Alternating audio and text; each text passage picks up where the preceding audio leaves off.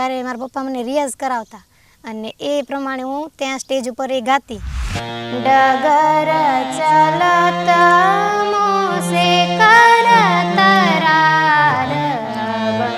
નીર ભરન કેસે જાઓ સખી. જે ગાયકી છે એ પણ મીઠી અને એમાંય સ્વર જ્ઞાન લીધેલું, એટલે કે બંદી, સ્વર મલ્લિકા, છોટા ખ્યાલ, બડા ખ્યાલ, અનેક વસ્તુ ગાય ને પછી એક ગીત માટે રાગ બંધાતો હોય. આરોહ ને અવરોહ એટલા માટે હોય કે આપણને ખાલી રાગનું જ્ઞાન મળે કે આ રાગ છે એવી રીતે. એમાં સા રે ગ સા રે મ પ ધ મ પ સા સા પ ધ મ ગ રે ગ ની સા. માડી તારી બીજની વધાયું મારા માડી હોનલમાં.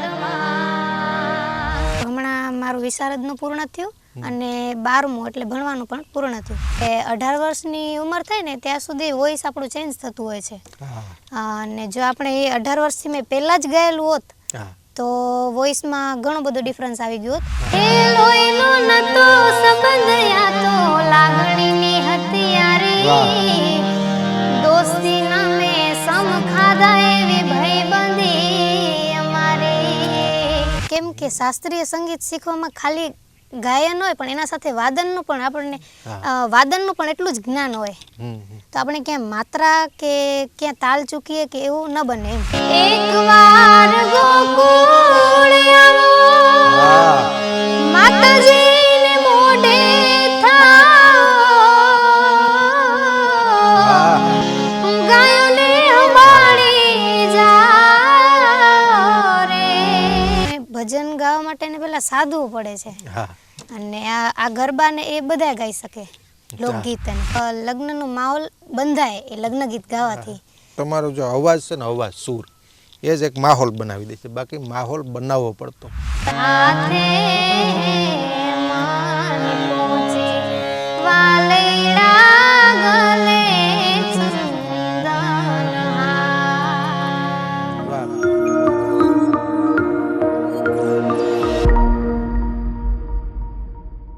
મિત્રો, અવારનવાર એવા અનેક કલાકારો જેમની શરૂઆત છે આ ક્ષેત્રમાં, લોકસંગીતનું વિચારીને આ ક્ષેત્રમાં શરૂઆત કરી છે.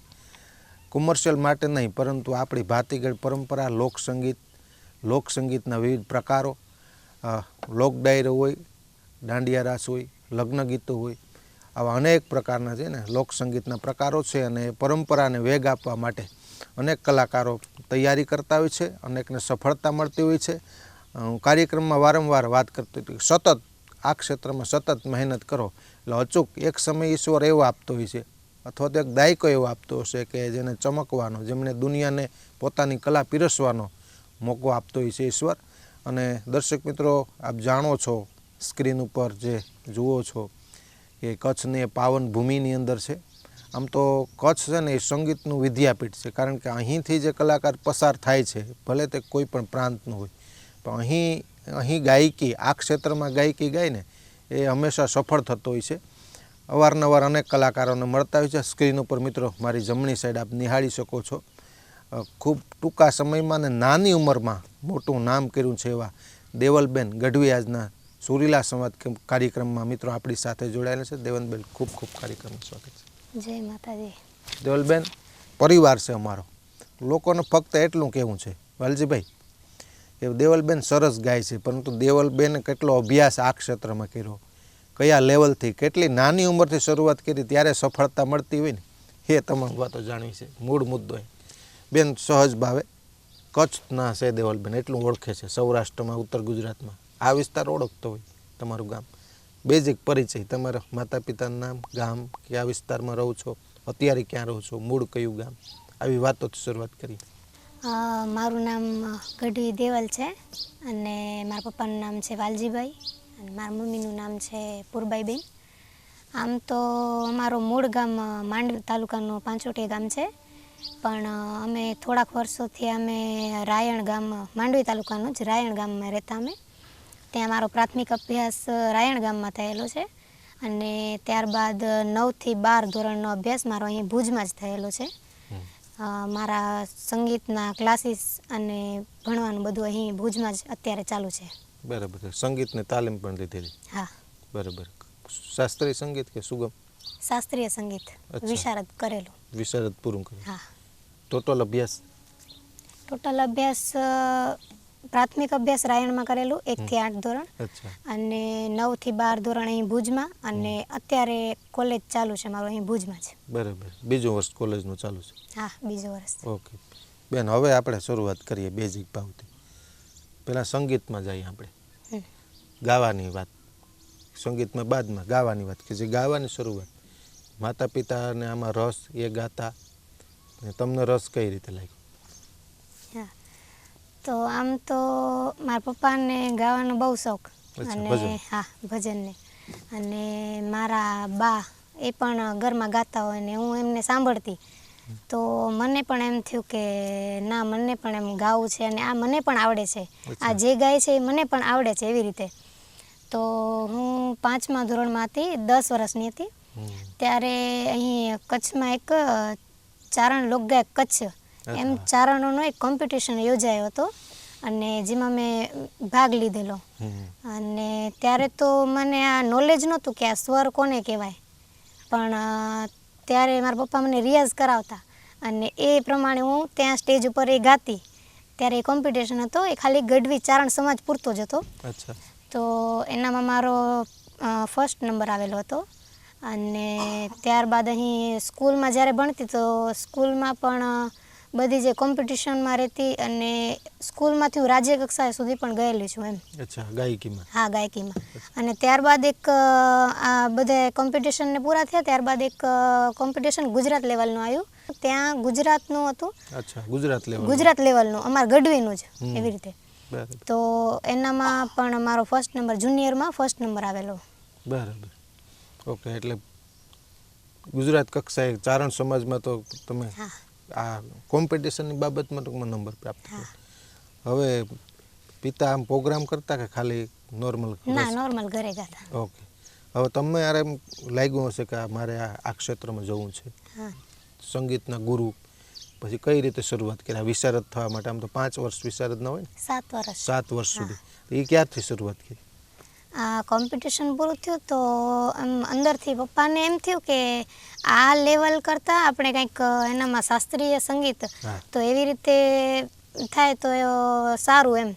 કે ઘણા કલાકાર ગાય છે, પણ સ્વર જ્ઞાન એ બહુ ઓછા પાસે છે.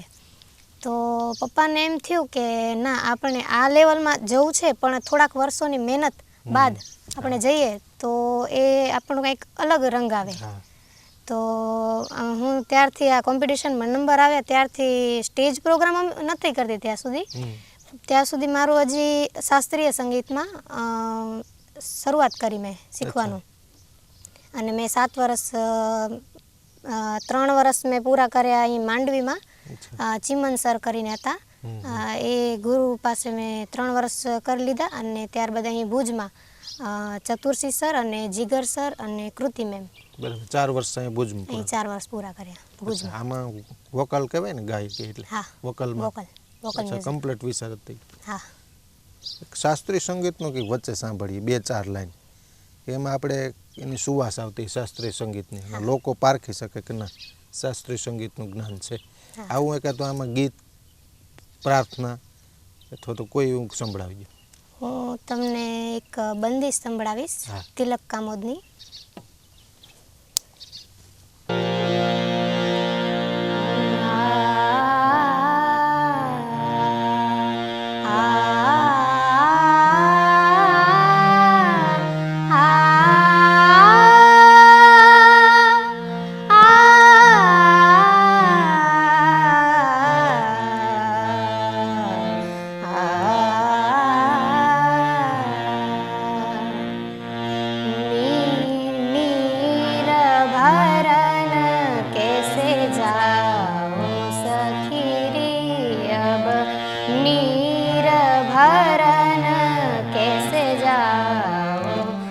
सखीरी अब डगर चलत मोसे कर तरार अब नीर भर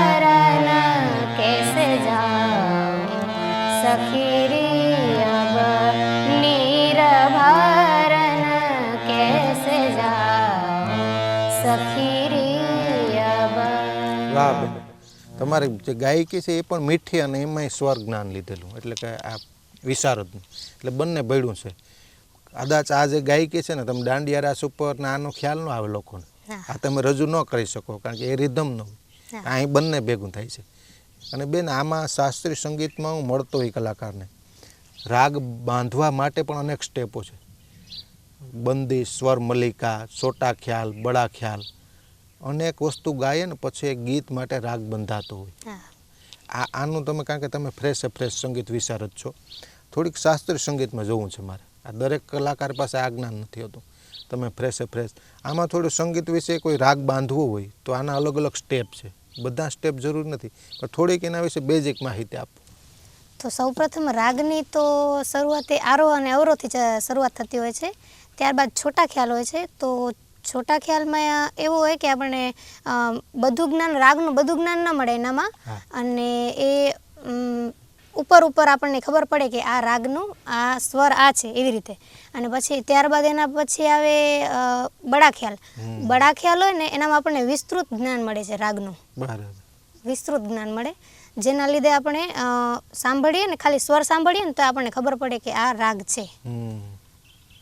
બરાબર. હવે આમાં અનેક રાગો છે. આમ તમારી ફાવટ કેમ? જો સંતવાણી કાર્યક્રમ હોય તો યમન કલ્યાણથી શરૂ થાય મોસ્ટ ઓફ, પછી આગળ ભોપાલી, માલકોસ, કલાવંતી, અનેક રાગો આવે. એકાદો રાગ સાંભળો છે. આમ તમારી ફાવટ હોય ને, કોઈ નિશ્ચિત નહીં, કોઈ રાગમાં એક ગીત સંભળાવો, કોઈ પણ રાગ તમને ગમતો હોય.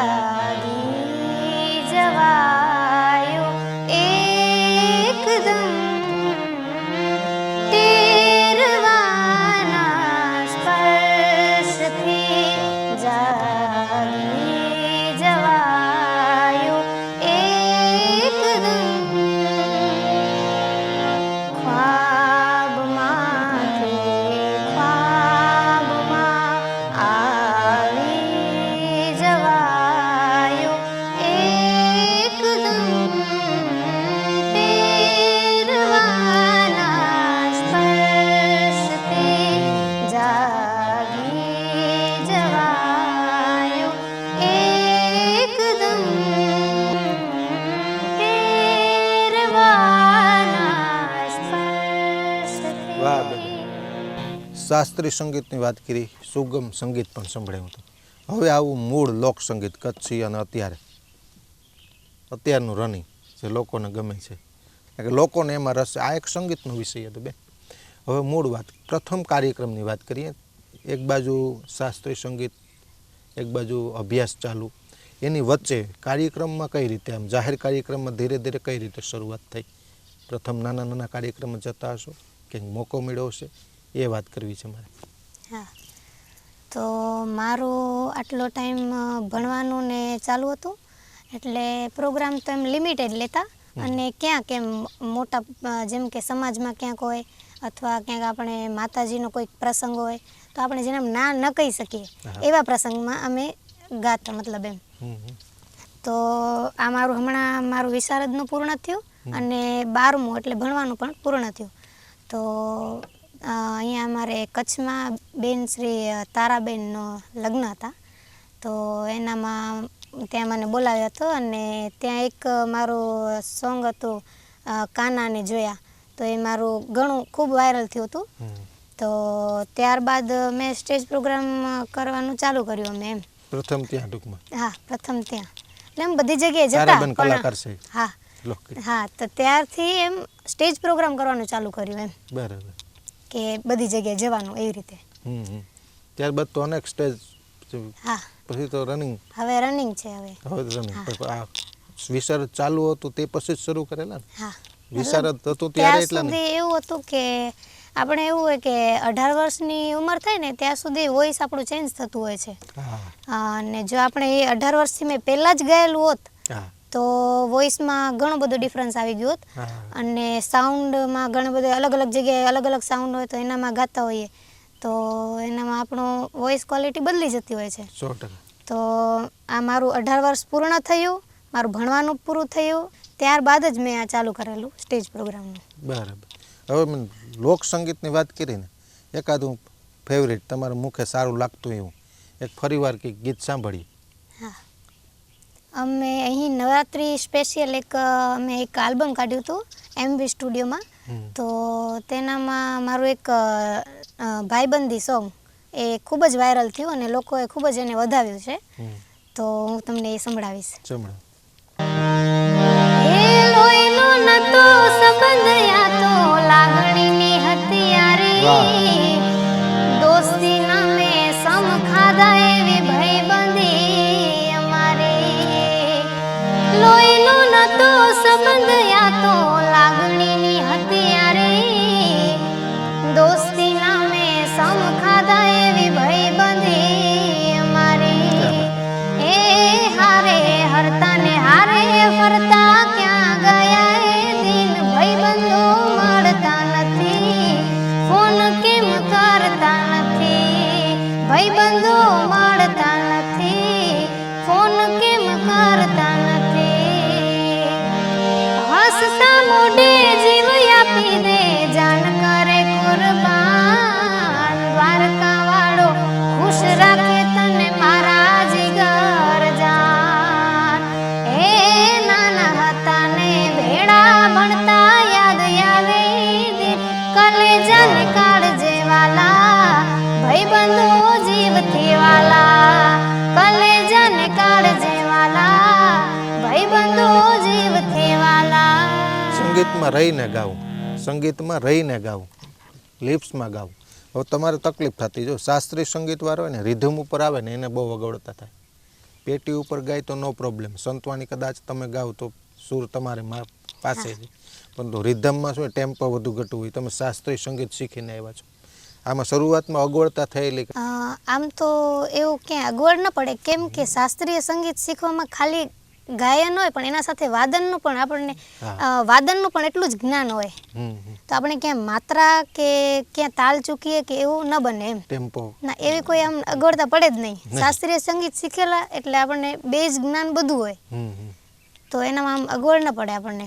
બરાબર. બેન, બાકી આ તમે જાહેર કાર્યક્રમોની વાત કરી, સ્ટેજ પ્રોગ્રામ, બાકી આમ સંતવાણીના કાર્યક્રમો કે ડાયરામાં કે એમાં તમે જાઓ છો કે એ જાઓ છો? ના, હમણાં આજે જતા નથી. મતલબ એની એક સ્પેશિયલ તાલીમ જોઈએ. આપણને ભજન ને એ બધું આવડવું જોઈએ બરોબર. એમ આવડે છે બધા, પણ એની કંઈક અલગ સ્પેશિયલ તૈયારી હોય છે. અને એને ભજન ગાવા માટે એને પહેલાં સાધવું પડે છે. અને આ ગરબા ને એ બધા ગાઈ શકે, લોકગીત અને. હા બેન, આ લગ્ન ગીતોમાં જાવું, મારે કચ્છી લગ્ન ગીતો પણ સાંભળવા છે, એની વાત પણ કરવી છે. પણ તે પહેલાં આપણે ભજનની વાત કરીએ ને તે પહેલાં એકાદું ભજન સાંભળીએ. તમે આમ કે શાસ્ત્રીય સંગીતના લુકમાં આપણે કેમ મારા વાલાને વઢીને કહેજો, એકાદી બે કડી સંભળાવો વચ્ચે.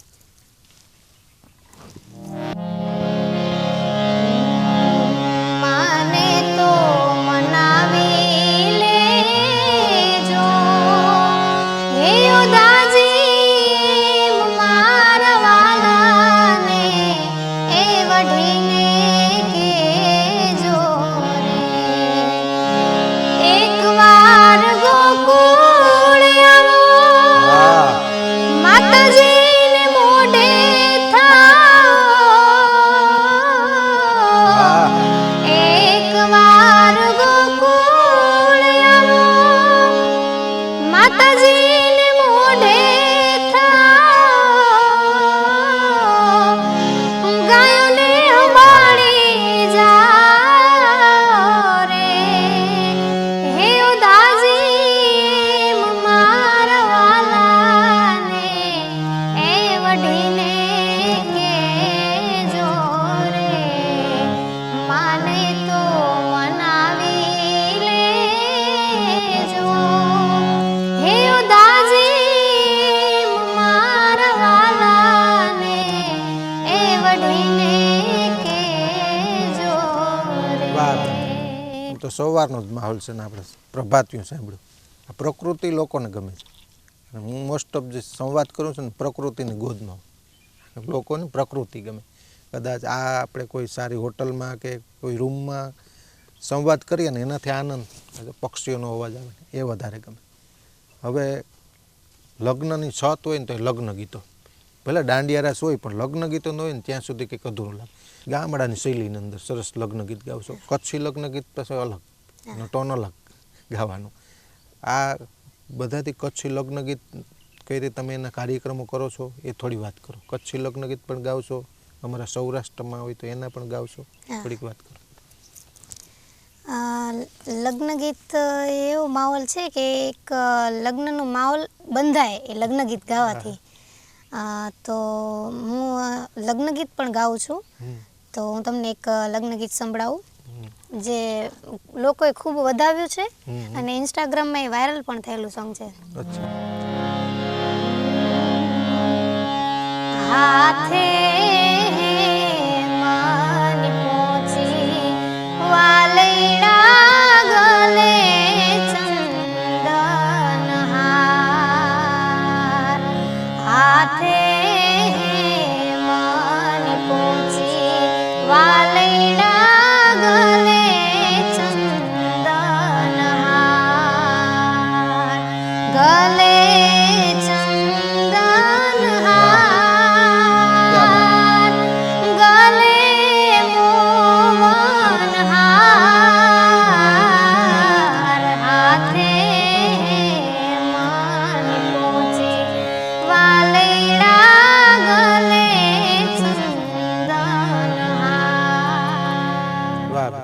જો કે તમારો જો અવાજ છે ને અવાજ સૂર એ જ એક માહોલ બનાવી દે છે. બાકી માહોલ બનાવવો પડતો, દાંડિયા રસમાં માહોલ બનાવવો પડે છે. થોડી વાર બંદિશ ગાવી પડે. હા, તમારે લગભગ કોઈ માહોલ બનાવવો નથી પડતો, તમારો અવાજ છે ને એ જ માહોલ છે. અને બેન આલ્બમ ગીતની આપણે વાત અધૂરી હતી. કેટલા આલ્બમો અત્યાર સુધીમાં કરેલા, કયા સ્ટુડિયોનો સપોર્ટ, કયા સ્ટુડિયોમાં કરેલા એ થોડી વાત કરો. આલ્બમ સોંગ આપણે એક ચોક્કસ કહીએ તો નથી કર્યા હજી એકે પણ. પણ આ નવરાત્રિ સ્પેશિયલનું એક હતું જે આલ્બમ આવેલું તો એ અમે એમવી સ્ટુડિયોમાં કરેલું અને આ એમવી ભાઈનું મને ઘણું સપોર્ટ છે સ્ટુડિયોના માધ્યમથી. માનસીભાઈ, હા, એમનું બહુ સપોર્ટ છે. ઓકે. અને બેન આ ક્ષેત્રમાં દાંડિયા રસના એ ક્ષેત્રમાં આગળ વધવાની ઈચ્છા કે આમ ભજન ક્ષેત્રમાં જવું કે એમાં કંઈ ઈચ્છા ખરી? મને તો બધું ગાવું ગમે, લગ્ન ગીત, સુગમ સંગીત, શાસ્ત્રીય સંગીત અને આ દાંડિયા રાસનો માહોલ મને બધું ગમે. એટલે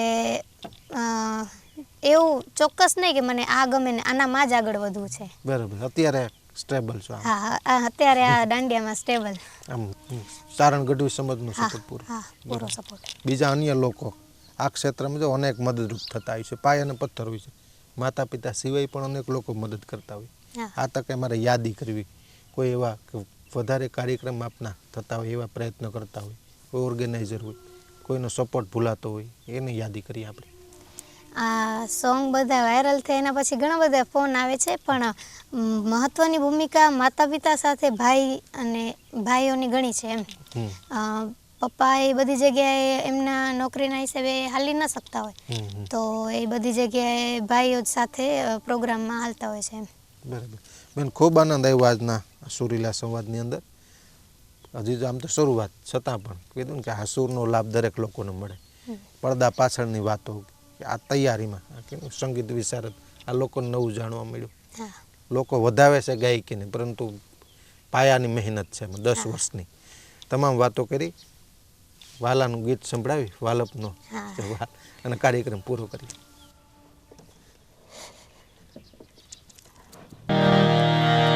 વાલાયા તો વાલપનો છે વાલ, એને પાર તું ઉતાર. વાલાયા તો વાલપનો છે વાલ, એને પાર તું ઉતાર. મારી આંખે ઉજાગરા દિને રાત, ક્યાં રમી આવ્યા કાન રાત લડી. દિને રાત ક્યાં રમી આવ્યા કાન રાત લડી. એવી ઊંચી